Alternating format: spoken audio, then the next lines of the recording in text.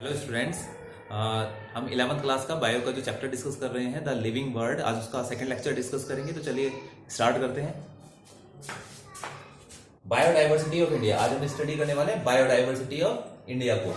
तो इसमें क्या है, एक इंपॉर्टेंट टर्म आती है हॉट स्पॉट्स ऑफ बायोडाइवर्सिटी। तो बायोडाइवर्सिटी का जो हॉट स्पॉट होता है वो क्या होता है?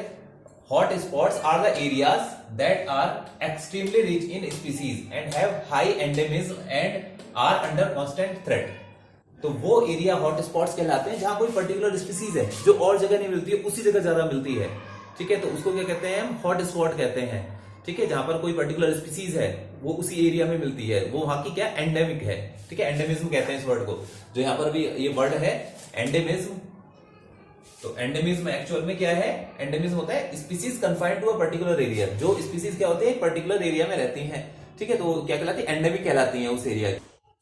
तो ठीक है, ये कॉन्सेप्ट जो था बायोडाइवर्सिटी का, it was developed by Norman Myers. Norman Myer 1988 में डेवलप किया था ये कॉन्सेप्ट जो है हॉट स्पॉट्स ऑफ बायोडाइवर्सिटी का।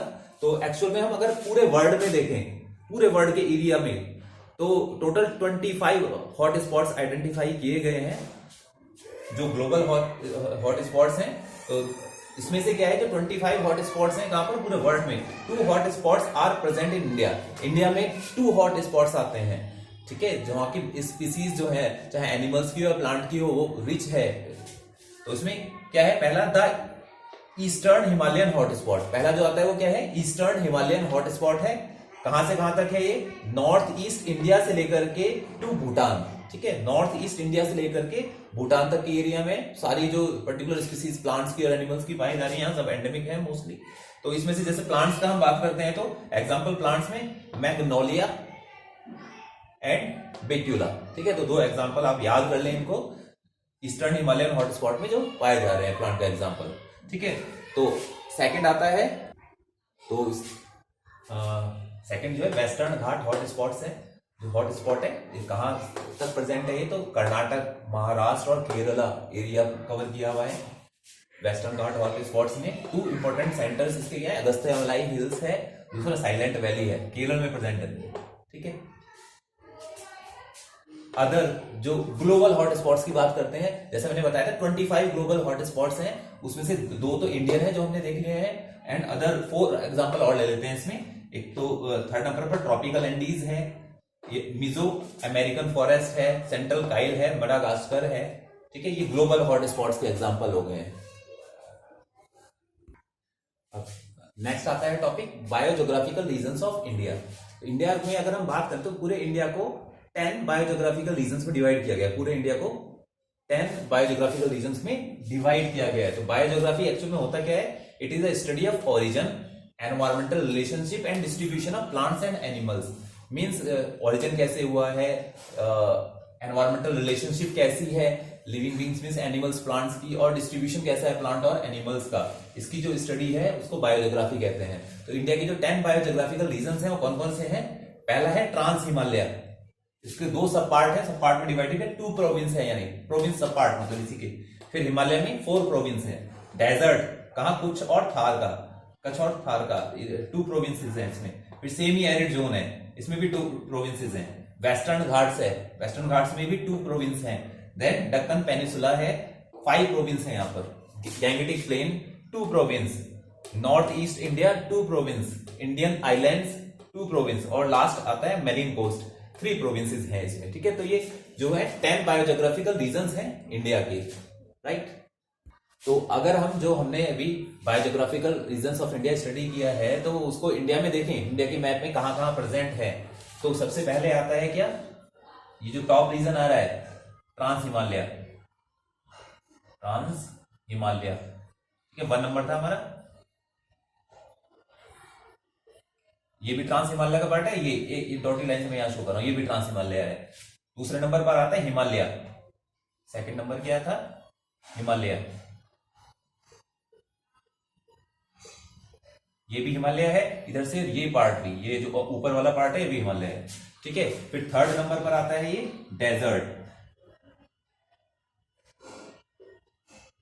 देन फोर्थ नंबर पर आता है ये सेमी एरिड जोन है,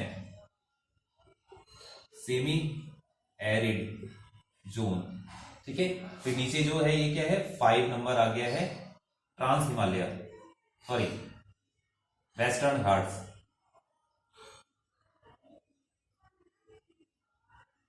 क्या ये वेस्टर्न घाट है। फिर नेक्स्ट 6 नंबर आ गया है दक्कन पेनिसुला, दक्कन पेनिसुला,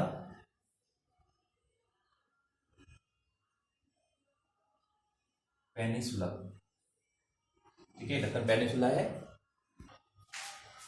ये क्या है, नेक्स्ट नंबर आता है 7 गैंगेटिक प्लेन, ये वाला जो पार्ट है ना ये क्या है, गैंगेटिक प्लेन, ठीक है 7। ये 8 नंबर आता है ये वाला पार्ट जो है, this is north east, right. ये क्या आ गए, आइलैंड्स हैं, Indian islands, 9 number Indian islands, right. ये भी इंडियन आइलैंड्स है और इधर भी क्या है, इंडियन आइलैंड्स प्रेजेंट हैं। और लास्ट नंबर आता है क्या, मैरीन कोस्ट,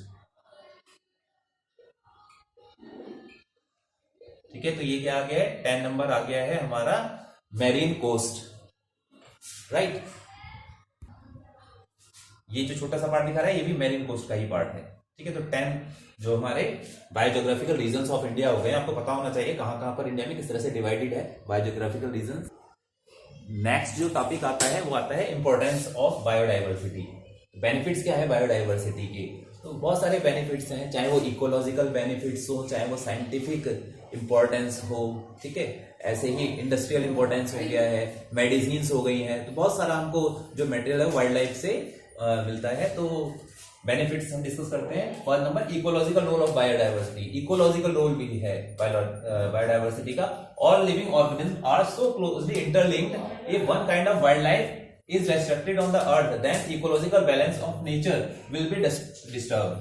अगर एक भी तरह की बायोडाइवर्सिटी डिस्ट्रक्ट हो गई किसी भी तरह से तो पूरा इकोसिस्टम डिस्टर्ब हो सकता है उसके कारण से, ठीक है। सपोज अगर जैसे स्नेक्स की पॉपुलेशन कम हो जाएगी तो क्या सीधा रैट्स उसकी पॉपुलेशन बढ़ जाएगी। कार्निवोर एनिमल्स हैं अगर वो नहीं रहेंगे, कार्निवोर एनिमल तो जो हर्बीवोर्स हैं, ठीक है, जैसे डियर हो गया, उनका नंबर इतना ज्यादा बढ़ता चला जाएगा कि जो ग्राउंड पर जितना भी जो वेजिटेशंस है वो तक कमी हो सकती है उसकी। तो इसलिए बहुत ज्यादा इंपॉर्टेंट है ecological role of biodiversity. Then scientific importance है, वाइल्ड एनिमल्स जो रहते हैं जैसे लाइक क्या रैबिट हो गया, फ्रॉग हो गया, गिनिया पिग हो गया, रीसस मंकी हो गया, ये किससे यूज होता है, रिसर्च मटेरियल की तरह यूज किए जाते हैं, ठीक है। और भी अदर है, काफी सारे एग्जाम्पल हो सकते हैं। Then drugs and medicine, drugs और मेडिसिन भी हमको मिलती है जो कि हमारी बायोडाइवर्सिटी है उससे। जैसे एग्जांपल आ गया मॉर्फिन, 2 एग्जांपल आप याद कर सकते हैं। तो मॉर्फिन हो गया है यूज्ड एज एनाल्जेसिक, एनाल्जेसिक की तरह यूज होता है मॉर्फिन। एनाल्जेसिक मीनिंग होता है pain killer. Quinine, quinine treatment of malaria, malaria जो है डिसीज है उसके ट्रीटमेंट के लिए क्विनीन यूज होता है, राइट। हाँ जी, तो नेक्स्ट पॉइंट आता है industrial importance. We get useful products like timber, paper, gums, resins, fibres from the wild plants, ठीक है। वाइल्ड प्लांट से इतने सारे मटेरियल और भी बहुत कुछ मिलता है। वाइल्ड एनिमल से भी हमें काफी मटेरियल्स मिलते हैं, तो इंडस्ट्रियल इंपॉर्टेंस रहा। Then ethical needs, ethical needs मतलब हमारी नैतिकता है इसको प्रिजर्व करने की। प्रेजेंट जो वाइल्ड लाइफ फॉर्मेशन हुआ है इसको अबाउट 3.5 बिलियन ईयर्स लगे हैं प्रेजेंट फॉर्म बनने में, तो it is our duty to preserve it, ठीक है। So it is an ethical need because present wildlife is the result of organic evolution of about 3.5 billion years। तो इतने time में जाकर के ये वाइल्ड लाइफ फॉर्मेशन हुआ है तो हम उसको प्रिजर्व करने का चाहिए। तो कुछ इंपॉर्टेंस है ये बायोडाइवर्सिटी के। तो आज के लेक्चर में इतना ही रहने देते हैं, जो आगे का टॉपिक है वो नेक्स्ट लेक्चर में डिस्कस करेंगे। And thank you for watching.